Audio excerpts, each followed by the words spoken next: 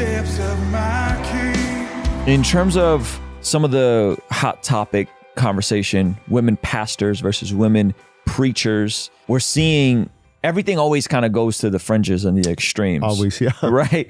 You see some people that say, nope, women shouldn't ever teach in a church. I see other people saying, no, women could do everything and they could go plant churches. How do you navigate that conversation?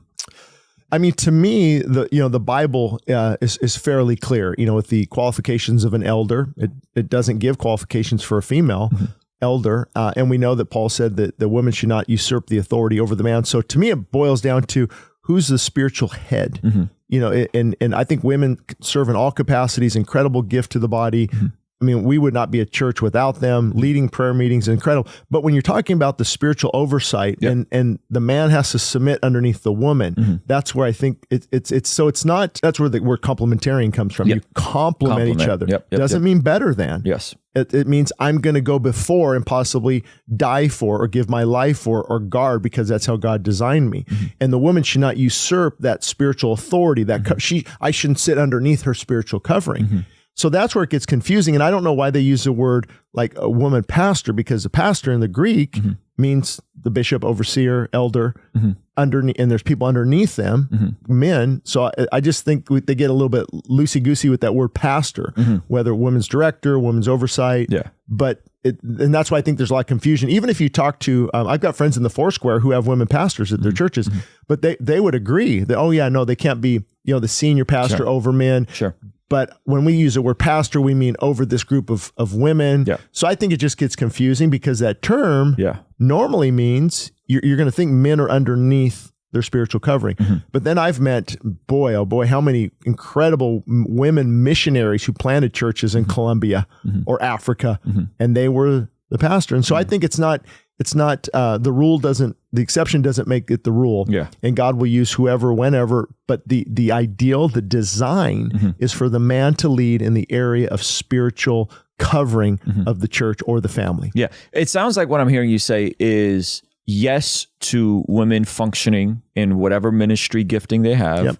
No to women overseer, lead pastor, church planter, as a scriptural guideline. That doesn't mean there can't be exceptions to the rules, as you pointed out in Colombia. I'm sure there's underground churches in China and North Korea that are being led by women. But in terms of the order that God has, that would be the way you would look at it. Absolutely. What do you make of the Southern Baptists back and forth with Rick Warren? And this is the trippy part about that. Even in that, there seems to be a subtle disagreement between him and his successor on this exact topic, where Rick was asked this, I believe, by CBN, and he flat out said, even elders, he's okay with women pastors, even elders. And his successor, I don't remember his name right now, I feel terrible, but the guy that took over Saddleback, seems to be solid, said, we don't believe women could be elders, but women could be pastors. And then I have a follow-up question. Have you kind of kept up with some of that? Yeah, a little bit. And I would definitely disagree with Rick's thought there, because he has no biblical grounds whatsoever. I mean, just ask that. Okay, let's say a woman can be an elder. What's her qualifications? And I remember I asked the guy that, and he goes, well, the same as a man. Same. I go, so she's supposed to be the husband of one wife? I mean, rule his family well. There's just no qualifications there. Jesus chose 12 men to lead, and we're not downplaying what we thank God for women. That's why we complement each other. But then again, he goes, but they can't be pastors. Okay, well, if you just have Pastor Carey, Pastor Karen, over what? You see, okay, that can get confusing. Like somebody comes to a church, hey, I'm Pastor Carey, nice to meet you. Okay, so are you my pastor? The man would ask. I've seen this a lot. They come in. Oh, no, I'm pastor of women's ministry. And so that term, I think, is just confusing.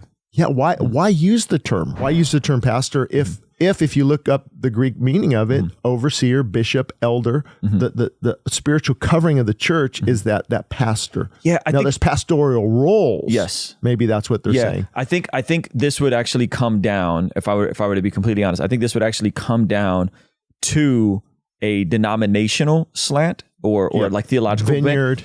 I think because what we would see is there are certain camps, I would say more of the Southern Baptists, definitely more Reformed, more Calvinistic leaning folks that would say pastor. When they use the word pastor, they mean elder, overseer, planter. Yep. And other folks that would say, no, when we say pastor, we're using the word where in the New Testament, I think it's only used twice, and it's more translated to shepherd in the Greek, right? And so one side is saying, well, a shepherd is a pastor, and the other side is saying, well, you could be a shepherd, but not an elder and an overseer in the semantics aspect. And as long as you're not shepherding men? Well, yeah. So that's a great question. Yeah. So like at my church, we only have men elders. Right. I've been at this church for a while, and then I've seen the position evolve on this, and we could talk offline about it. But we do have a woman's pastor. Got it. Who is in her late 50s. She's the executive pastor. She was the women's ministry pastor, and she'll even teach, but they will always make the caveat, we only have men elders, men planters, right? So it's kind of like it becomes a semantics game to an extent. But I'm actually with you in that it's kind of confusing. Yeah. You know, it's kind of confusing. What are we saying by that? Because you're right in that in the First Timothy passage it says teach and usurp authority, that they're kind of one and the same, right? And so I think it's an interesting balance where it's going to go to one extreme or the other. And we're trying to correct the abuses in the church too. A lot of, I've seen some extremes out there where, you know, if our worship director, she's a female, you know, in the past, if she were to pray, women can't pray in church. It's like, what the, it's just this other extreme is so rigid and so keeping women just at home, barefoot and pregnant all the time. You know, and that's not healthy either. That's not healthy either. So then the other extreme is, anything. But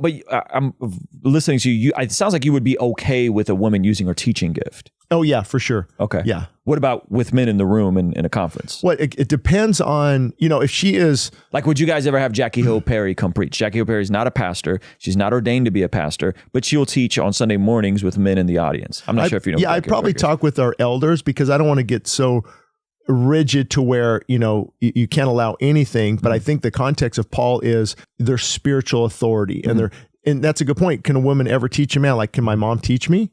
Of course. Of course. Yeah. You know, Ann Graham Lotz, Kay Arthur, have I ever gleaned stuff from them? Yep. Their devotionals, powerful.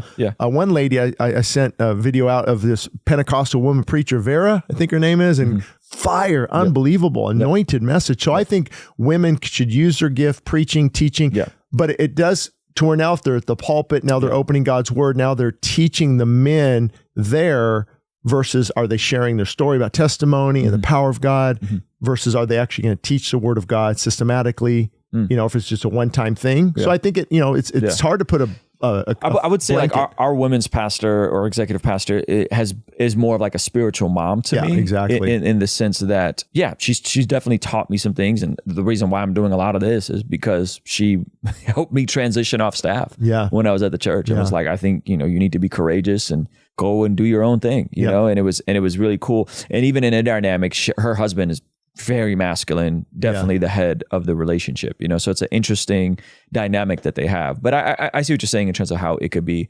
confusing. But to answer your question, I think like a one-time, if they become the teacher, like, and men are under their authority and learning from them, that's where you kind of cross that line a little bit. But if it's just, you know, sharing from the pulpit, and that's where with John MacArthur and Beth Moore and John MacArthur, the whole debate a couple years ago, you know, that was interesting too, because I think women can go and evangelize and preach. Have a teaching ministry. Of course. Which Beth has. I'm not super familiar with Beth Moore, so I can't speak. A lot of her theology. I have literally. I think I've maybe heard a clip of her. Solid 20 years ago now. I don't know. I really don't know. So in turn, you brought up John MacArthur. I think that again, I would say he's more of on the extreme side of things with regards to how he views women doing anything in ministry. And I just go, man, I don't know with that, because we see women in the New Testament doing stuff, right? We see, the first ones to the empty tomb were women taking the message back to the apostles, right? So I think